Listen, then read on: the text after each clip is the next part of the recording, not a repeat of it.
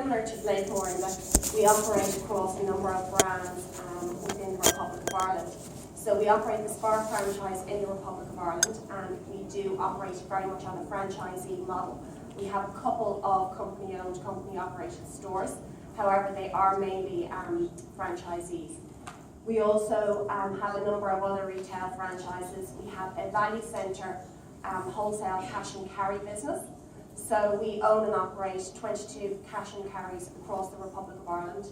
We have a BWG food service business as well. Our business is a very changeable one.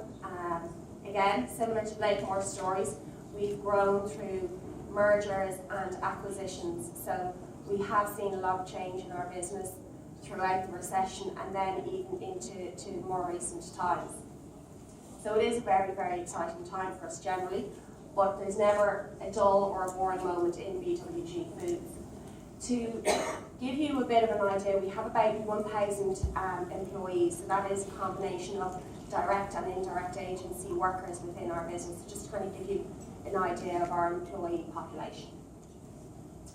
So I'm here to talk about succession management. This is the model that we are going to be following in BWG Foods, where we're at the first couple of stages with this, and we're ready to go into the next phase. So it is quite an interesting time. But essentially, the model we're following is that the directors sat down and they identified some of the business plans and challenges, and that was broken down into business units.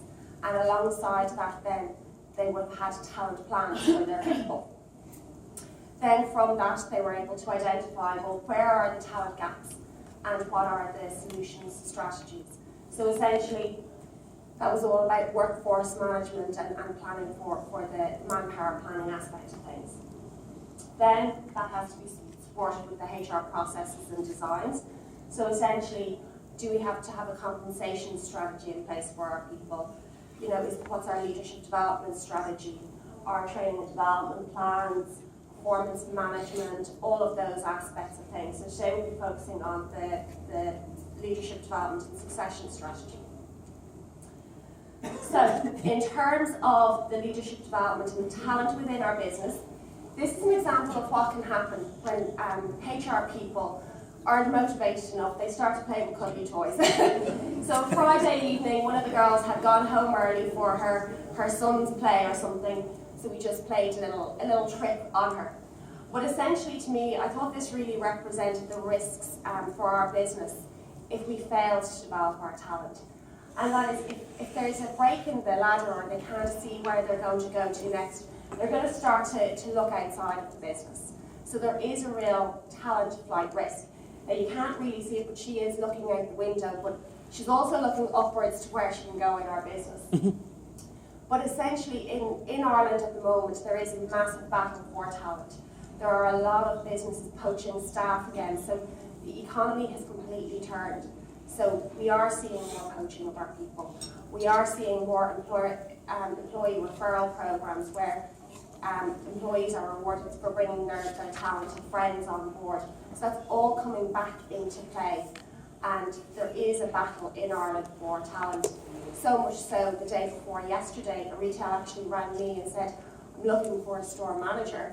Do you have any talent in your business? And I was kind of going, sorry about that, I know you're a customer, but I'm holding on to the talent and I'm not going to hand them over to you. But he's also struggling, and a lot of our retailers are struggling trying to find talent. The other thing is our business is going through massive changes. We've recently acquired the Londis brand, which was happening last year when we were in South Africa. So we're seeing a big transition as we integrate that, and that creates new business challenges and opportunities within our business. The other risk that we've seen is that there is, obviously, as in all businesses, a greater reliance on IT. So people across all areas of the business do need to have those IT skills and those IT competencies. So there are some of the internal challenges that we face when it comes to talent. There are obviously external influences as well, as there are with all things. So, for example, we're seeing that in logistics and retail in Ireland, it isn't seen as a career. So graduates don't necessarily want to go into it. It's not fancy, it's not IT. It won't get you a job in Google where they have all their bean bags and all the rest of it. So it isn't seen as a career in Ireland. The other thing is, logistics don't necessarily, in the Republic of Ireland, they're not great at training people in the softer skills. So when we go to look outside for the skills that we require to fill our gaps, the right people just aren't there. We're not getting people with both the skills and the softer skills that we want, the technical skills and the softer skills combined. So obviously, as I was saying earlier, it is better to look inside. Another key factor in this is the ageing profile of, in particular, our senior leadership team. When this presentation was done internally, there were ages up for a confidential group, but obviously I've broken it down to a pie chart. So you can see there's quite a lot of our senior leadership team are in the 50 to 60 category. So we do have an ageing senior leadership team, so that is going to create gaps in the future. And obviously if they all exit, there's a mass of knowledge and experience that will go with them. So we need to ensure that that's retained within the business. So in terms of identifying what we wanted in the next phase, identifying what we wanted out of our leaders, we came back to our compass. So we always refer to this is our company's vision, mission and values. What we want to do, where we want to be and how we're going to go about it. And it's a great framework for us when we're identifying the skills that we require within our business. So that was very much a reference point in identifying what skills we wanted our leadership team to have. So, now, these were the leadership qualities that we identified having reviewed it.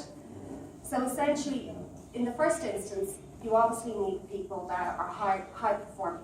They're capable of performing at their current level, and it's seen that they will have the capabilities to progress into the future and perform at a higher level.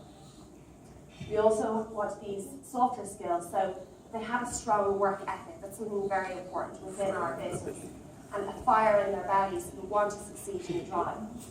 If they have a strong business knowledge, interpersonal skills, they're very important in our business generally, because you can go to a lot of places to buy your peas and beans, but the interpersonal skills is, as we all know, what can bring people back.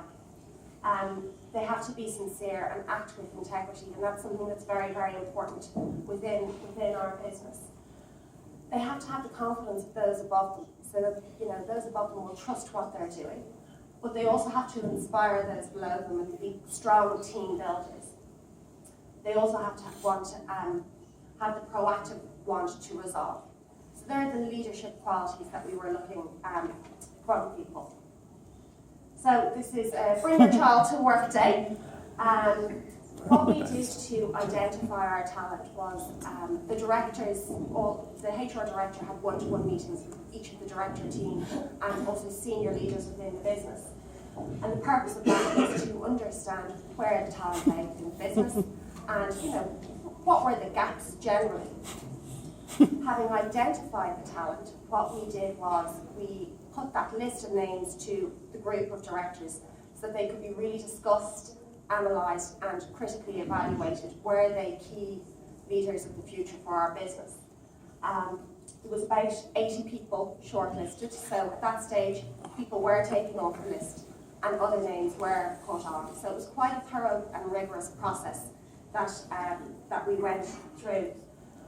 And we have actually looked at all levels of our business at this stage.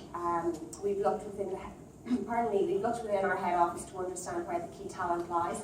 And then over the coming weeks, we're also going to be looking to our value centre cash and carries and general operatives and team leaders at that level, because it is important that we motivate all levels of the business and get the best out of the talent where we can. So obviously, this all has to be supported through a formal programme. So we traditionally are very good at stretching our people. So where people want to progress and do better, we're very, very good at providing them with opportunities, stretch assignments, and pushing them outside of their comfort zone. And I think that happens naturally where an organisation is very busy, a manager is happy to go. You take that big ball and run with it because I'm too busy to look at it. So I think that's a product of our busyness, if you know what I mean. So what we're doing is we're going to have a formal program in place for the people that have been identified. So as you might recall from the process, we identified some business challenges. So there are business projects that have arisen out of that. So the key talent will be taken off their day job and put to work on those business challenges. So there will be projects assigned to them. That will give us the opportunity to evaluate how they perform at the next level, if they can perform at the next level. And it will also help us to identify further development needs for that particular cohort. The other thing is we will have a formal education program in place for these people. So I don't know if you recognise this building. We're really excited about it. This is Harvard Business School. So we're not going to be quite sending our people to Harvard because unfortunately our budgets won't stretch that far. But we are partnering with Harvard Business School to get involved with their online training portal. So they've recently developed what they've donned HBX. Their symbol reminds me of the Xerox photocopying brand for some reason, but we're really, really excited. It's quite new. It's only been devised since 2014. And they have a very exciting program called Disruptive Strategy. So the gentleman who wrote that is just a small towner, Clayton Christensen. So we're going to be delivering that to the very senior levels because it is a very, very senior training course. So that's one arm of what we're going to do with formal education. But obviously, they only have one program available at the moment. They're working on more, so we need more than just the disruptive strategy. So here's some more beautiful architecture, and I don't know if anybody knows this. This is the tower in Cornell, in Cornell University. So, you know, just another little college somewhere.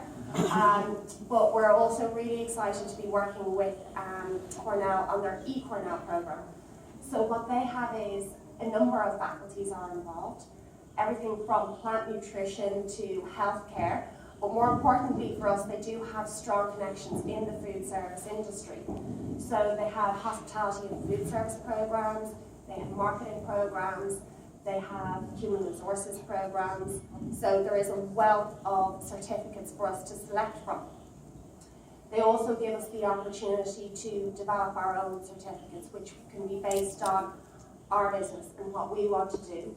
And if we do have enough license take-up on it, they will devise our own internal platform with our own branding. So we'll be utilising their expertise and pulling it off as our own. So it's very exciting times, very, very professional and reputable universities working with us. So that's where I can take you to on our leadership program. As I said, it is very much in the early stages and we're just moving into the formal appointment projects and online training. So hopefully next year I'll be able to tell you how we've progressed it further.